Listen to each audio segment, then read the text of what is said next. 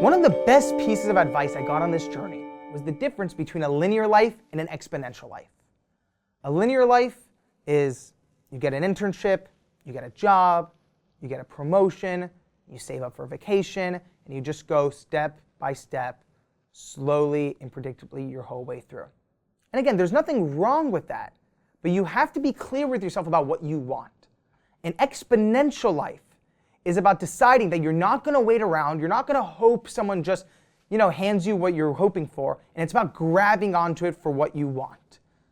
So over the course of this 7-year journey, whether it was tracking down Bill Gates, which took 2 years, or Lady Gaga, which took 3 years, in every industry possible, Maya Angelou for poetry, Jane Goodall for science, Pitbull, Quincy Jones, Tim Ferriss, Larry King, they all couldn't have been more different on the outside. But as I heard their stories and started to dissect how they launched their careers, I realized there was this common melody to everyone's story. And the analogy that came to me, because I was 21 at the time, was that it's sort of like getting into a nightclub. So there's always 3 ways in. There's the first door, the main entrance, where the line curves around the block, where 99% of people wait in line hoping to get in. And then there's the second door, the VIP entrance, where the billionaires or celebrities go through. And school has this way of making us feel like those are the only 2 ways in. You're either born into it or you wait your turn like everybody else. What I've learned is that there's always the third door. And it's the door where you jump out of line, run down the alley, bang on the door 100 times, crack open the window, go through the kitchen. There's always a way in. And it doesn't matter if that's how Gates sold his first piece of software or how Lady Gaga got her first record deal, they all took the third door. So the third door isn't a prescription or a recipe, it's really a mindset. So if you look at Steven Spielberg, the way he did it was he was rejected from film school. So instead of giving up on his dream, he decided he would take his education into his own hands.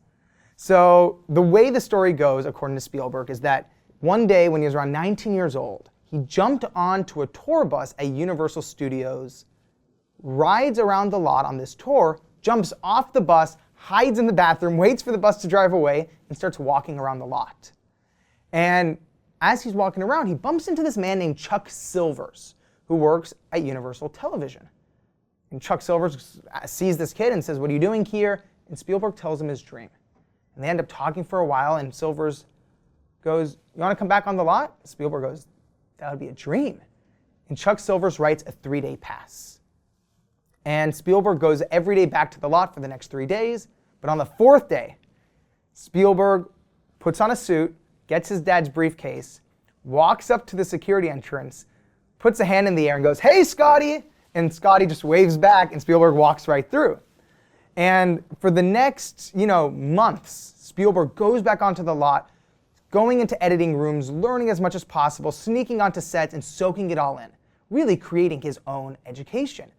He's asking producers out to lunch, talking to actors and actresses, but eventually Chuck Silvers, who became his mentor, gave him one of the best pieces of advice.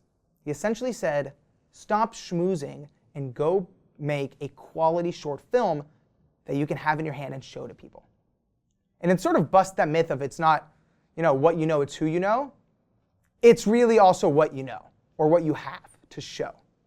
So Spielberg takes the advice to heart, makes this incredible short film called Amblin. And when Chuck Silvers sees it, he's so moved that a single teardrop falls down his face.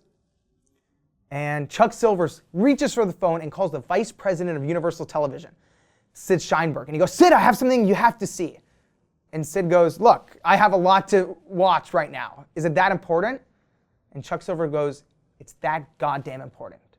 If you don't watch this tonight, someone else will." Sheinberg watches the film, the next day says he wants to see Spielberg immediately, and gives him a 7-year contract on the spot. And that's how he became the youngest director in Hollywood history. The key to that story, though, of course Spielberg had incredible talent. So do a lot of other wonderful young directors. The difference between that story and every other story that doesn't work out, to me, is Chuck Silvers, who I saw as sort of this inside man. Someone inside of the organization who believed in Spielberg enough that he put his reputation on the line.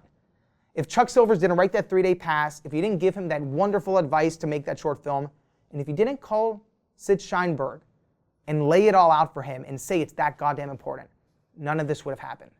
So anyone who's trying to break through, not really in an age in life, it's not about an age in life, it's about a stage in life. If you're starting something new, if you're reaching for a dream, find that inside man or woman who's willing to put their reputation on the line to help you get in. So an exponential life is about very much the concept of the third door, which is running down the alley, banging on the door, finding a way in yourself. It's about deciding that life isn't going to slowly and predictably give you what you want.